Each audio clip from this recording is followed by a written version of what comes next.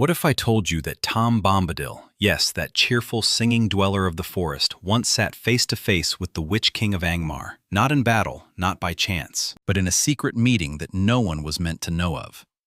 This is no mere tale of fancy. It is woven from the very gaps and whispers of Tolkien's world. From old words half buried in The Lord of the Rings, the Silmarillion, and his letters, today we descend into one of Middle-earth's most enigmatic what-ifs. It begins with a question few have dared to ask. How much does Tom Bombadil truly know of the Rings of Power? Tom Bombadil claims he cares nothing for the One Ring, or so he says in The Fellowship of the Ring. When Frodo offers it to him, Tom slips it upon his finger as though it were a mere trinket. He does not vanish. He laughs. It holds no power over him. Yet hear this. One does not simply disregard the One Ring unless one knows precisely what it is, and perhaps far more besides. Gandalf himself later confesses at the Council of Elrond that Tom may be older than the memory of the world as we know it. He walked the earth before the elves awoke, before Sauron bent the knee to Morgoth. That is knowledge from the First Age, or even earlier, and the Rings of Power were forged in the Second Age. Tom was already ancient when the very idea of such rings was yet unborn. What if he understood their making better than Celebrimbor himself ever did? Certain passages in the history of Middle-earth hint that the crafting of the rings was not wholly isolated. Older forms of enchanted things existed, powers of binding and dominion whose echoes reach back into the very roots of Arda. What if Bombadil witnessed it all unfold and remained silent not out of ignorance, but because he knew too much?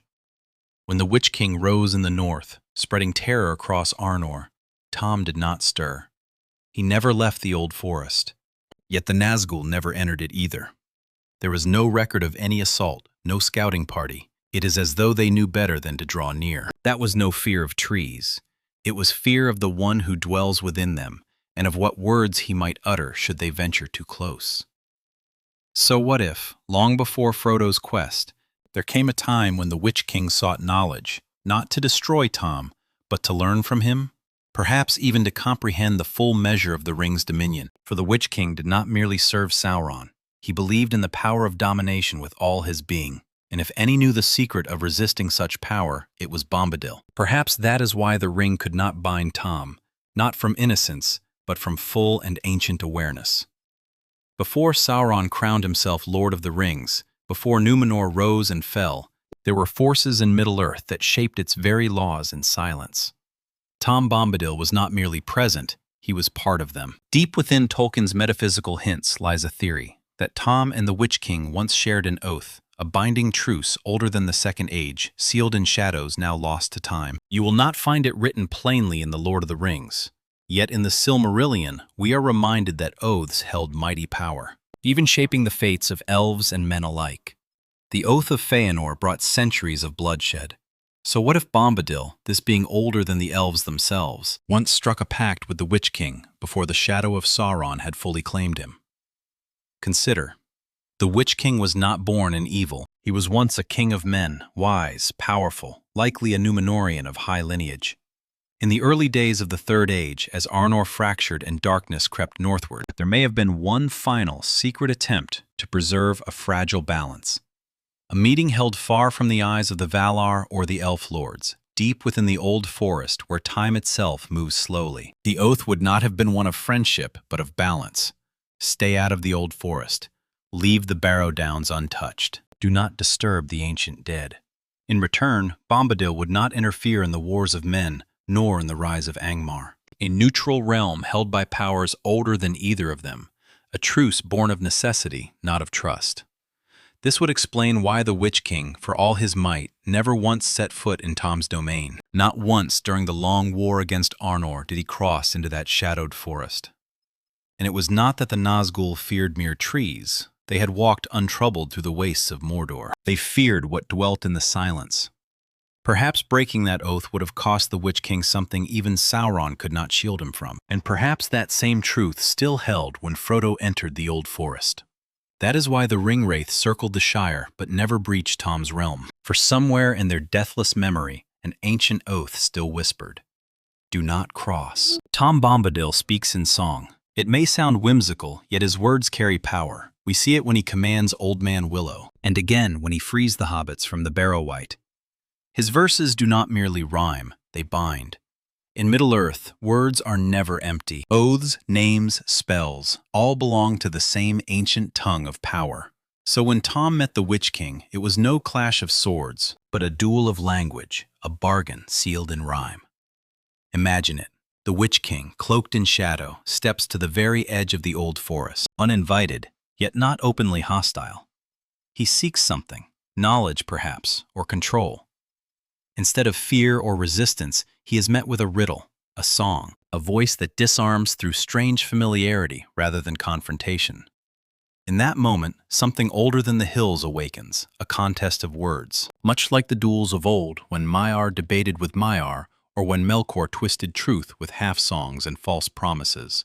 In the Silmarillion, Finrod Felagund dueled Sauron in song, a true contest of power and will, chanting visions and illusions back and forth. Why then would Bombadil, who may be older even than Sauron, not employ the same ancient art against the Witch King? Only instead of destruction, his purpose was containment. Perhaps Bombadil did not merely resist the Witch King. Perhaps he wrapped him in verse, binding him with a subtle, untraceable spell of words that limited what the Nazgûl could do near the forest.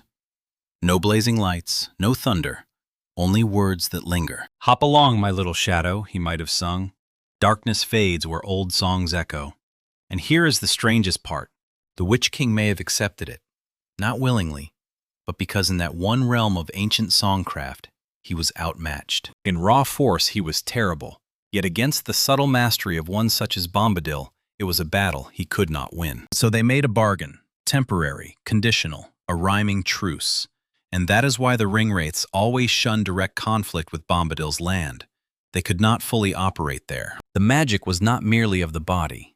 It was woven into the very song. Once caught in Bombadil's rhythm, perhaps one is never entirely freed. Many pass lightly over the Barrow Downs, merely a gloomy waypoint before Bree. Yet that place is heavy with ancient lore, sacred tombs, cursed spirits, and memories from ages before Gondor itself. And who appears there, just in time to save the hobbits from the Barrow-wight? Tom Bombadil, as though he had been waiting. But what if those Barrow-wights were never merely random evils? In the appendices of The Return of the King, Tolkien reveals that the Barrow Downs were once the burial grounds of the kings of Cardolan, a northern realm of Arnor. When the Witch King of Angmar invaded, he sent evil spirits forth from Angmar to possess the tombs, and the dead knew no rest. So why has Tom never fully cleansed the place? With a single song, he can banish a wight, yet he does not purge the curse entirely. Perhaps he cannot. Or perhaps the Witch King did not bring the evil. He merely unlocks something far older, something even Tom cannot wholly undo. Maybe their meeting took place not in the woods, but within a barrow. Picture it. Two figures, one of light, one of shadow, speaking over the bones of forgotten kings. The Witch King, drawn by echoes of ancient magic, Tom standing guard, not with weapons, but with his very presence. Perhaps they did not fight because both sought to keep something worse from awakening. And here is a chilling thought. What if some of those wights were never truly defeated? What if Tom's songs only hold them at bay for a time? That would explain why Frodo's rescue feels so perfectly timed, as though Tom had been watching, unsure whether the wight would overstep the ancient bounds. As if a deal had been strained or was about to break. So when the Witch King approached the Barrow Downs once more, perhaps it was not only to spread fear, but to test whether the old power still slept. And Tom Bombadil met him there like a warden at the gates of death, reminding him, not yet. You know the famous words upon the Pelennor fields, "No living man may hinder me." They have become legend. Aragorn breaks the prophecy, and the Witch King falls. Yet consider this. What if the Witch King already knew that prophecy long before the battle?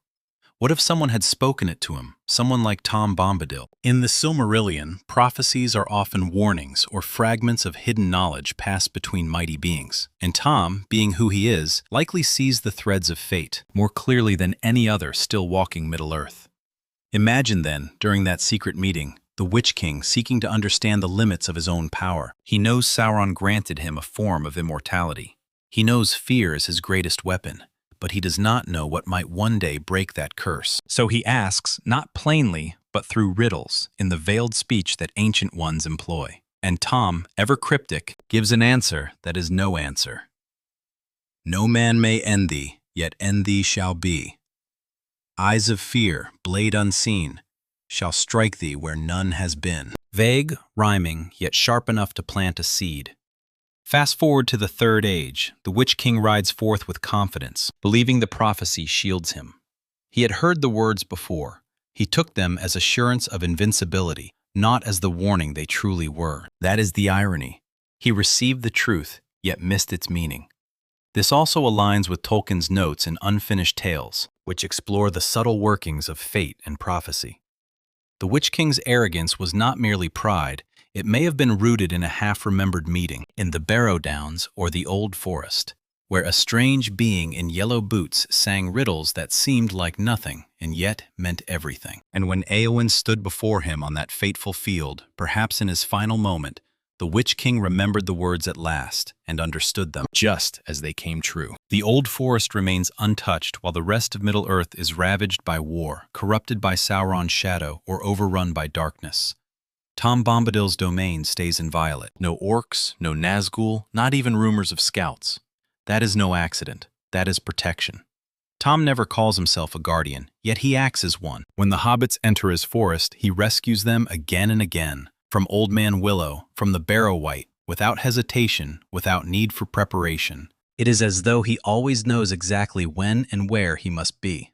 That does not happen unless one keeps constant vigil. Now think deeper. What if Tom is not merely guarding the hobbits or the trees? What if he watches over something hidden, something deliberately kept from Sauron and his servants? In the history of Middle-earth, there are mentions of relics and knowledge from the First Age that were never fully recovered. Artifacts, songs, perhaps even fragments of Valinor's power, buried or lost amid the War of Wrath. That forest, with its ancient silence and time-warped borders, could well be where some of those things lie concealed. And Bombadil, he may be the last who still remembers where. Perhaps the Witch King knew this. Perhaps that is why he sought Tom, not to fight, but to search, to see whether anything remained that could be twisted, stolen, or turned to his purpose. Yet Tom, being who he is, answered not with force or anger. He simply was, immovable, unknowable, a living wall of peace so profound that not even the Nine dared press against it. In this way, he becomes something rare in Tolkien's world, a guardian who triumphs by refusing to play the game at all. And that is why the meeting mattered. It was never a negotiation, it was a reminder. Tom Bombadil does not leave the forest, not because he is indolent or aloof, but because he is stationed there, holding something at bay. And the Witch King knew he could not pass. Both Tom Bombadil and the Witch King are, in their own ways, immortal, yet in utterly opposite manners. One lives because he is life itself, untouched by time.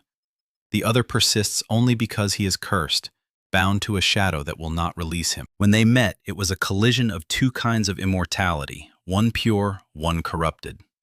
Tom's immortality is effortless. He fears neither Sauron nor the passing of ages, and the ring has no hold upon him.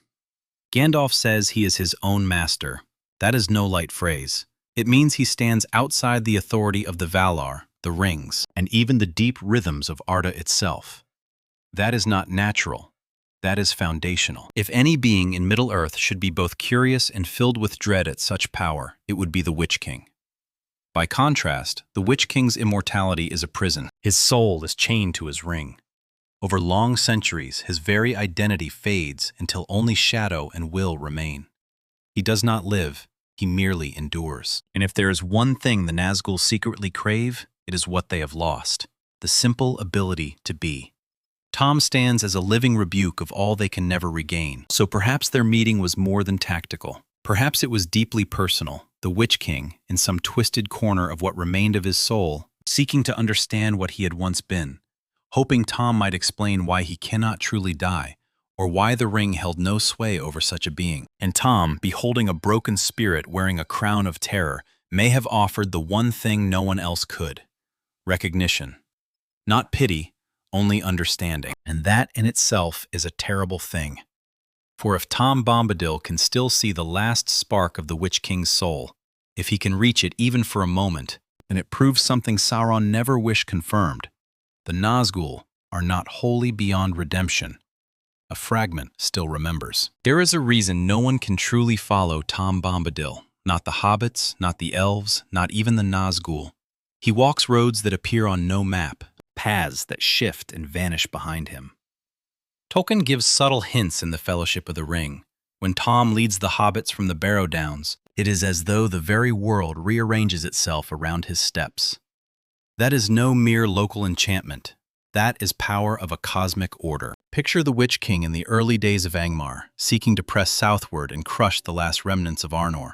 He sends scouts, wraiths, wolves. None return, not slain, but lost, turned about, trapped in a labyrinth of space and time that does not obey Sauron's laws. Only then does the Witch King come himself.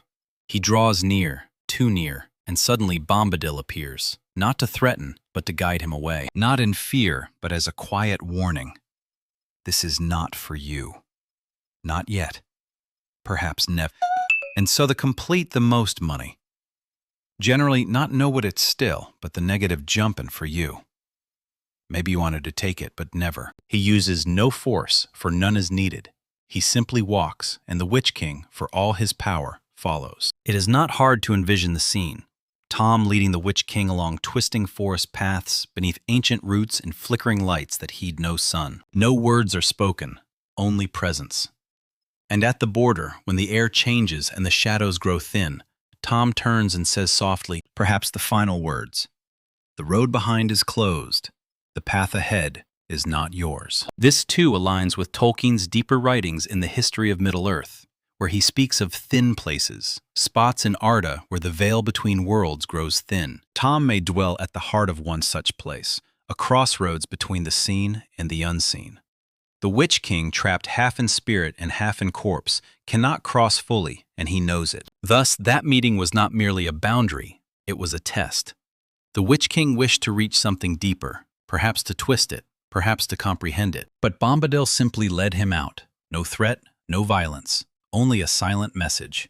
Some paths are not meant for you. Tom Bombadil's songs are never idle. They accomplish real and mighty things. He calms storms, commands trees, banishes wraiths. Every time he sings, the world itself listens. So what happens when one who lives in silence and terror encounters a voice that creates rather than destroys? What if, just once, the Witch King tried to sing in return? It is not impossible. In the Silmarillion, we learn that the world itself was sung into being by the music of the Ainur, and all power in Arda is bound to that primordial song. Beings such as Bombadil and the Witch King are not mere anomalies. They are echoes of that music in vastly different keys. Imagine the moment. The Witch King steps to the border of Tom's land. No armies, no howling wind, only silence. Tom greets him not with challenge, but with music. Low, ancient, woven with words the Witch King had not heard since before his fall. For a moment he listens. Then, perhaps, he answers. Not in harmony, but with a dissonant counter-rhythm. A duet never meant to blend, only to exist. It builds, not loud, not violent, but deep. A song of growing things and of shadow circling one another. One lifting, one dragging, both tugging at something older than the hills. Before it can reach its end, Tom stops, not from fear, but from wisdom. He sees what might be born should the song continue, should their powers entwine even briefly. The balance might shift. Something new and uncontrollable could be wrought. So the moment ends. The Witch King says nothing. He turns and departs. Tom says nothing either, only watches, perhaps humming a gentler tune, for he knows the truth. Not all songs should be finished. Some melodies are better left unresolved, for if they resolve, they may change the world forever. And that unfinished song may still echo among the trees. Perhaps that is why the old forest feels so strange, as though it yet waits for a second verse that never came. The Witch King ruled by fear, pure, crushing, paralyzing dread. Even the bravest, Boromir, Gandalf, Aragorn, felt it when he drew near. But Tom Bombadil? He laughs in the Witch King's presence, not merely from cheerfulness, but because fear, as others know it, has no hold upon him. And that is what unnerves the Witch King most. The ring wraiths are terrible, not only for what they do, but for what they are, echoes, unliving, feeding upon fear as fuel. When someone truly resists that fear, their power falters. We see it with Éowyn, we see it with Frodo in Mordor. But with Tom, fear cannot even find a place to begin. So when the Witch King first encountered him, he expected the familiar cold, the silence, the breaking of will. None of it touched him. There stood Tom, boots muddy, singing of butter and bread, And for the first time in many long years, the Witch King was not the most terrible thing in the room. For fear knows not what to do with joy. It has no answer to peace. That is why Sauron fears the West, not for their armies, but for their hope. Tom embodies that hope in its purest, most undiluted form. He is unafraid not because he is naive, but because he is rooted far deeper than Angmar, deeper even than Mordor. Such unshakable presence is the one thing the Witch King can never corrupt, and perhaps that is why he never returned. Not because he was defeated in battle, but because he had seen something he could not break. A being, neither elf, nor Maya, nor wizard, who simply lived freely, untouched by the shadow. For one who had lost everything to darkness, such an existence was not merely impossible, it was an offense. So in the end, perhaps their secret meeting was never about strategy or power. Perhaps it was only a moment of truth, a living echo of everything the Witch King once had been and could never be again. Now the real question remains, do you believe such a meeting truly took place? Was it deliberately hidden within Tolkien's lore, or are we merely chasing echoes among the trees? Leave your thoughts below. What would you ask Tom Bombadil if you had but one chance? And if the Witch King should ever return in another tale, would he dare enter that forest again? Thank you for journeying with me through these hidden corners of Middle-earth. If you wish for more Tolkien mysteries, theories, and overlooked lore, you know what to do. Subscribe, like, and let us keep the ancient conversation alive. Middle-earth still guards many secrets. Let us uncover them together.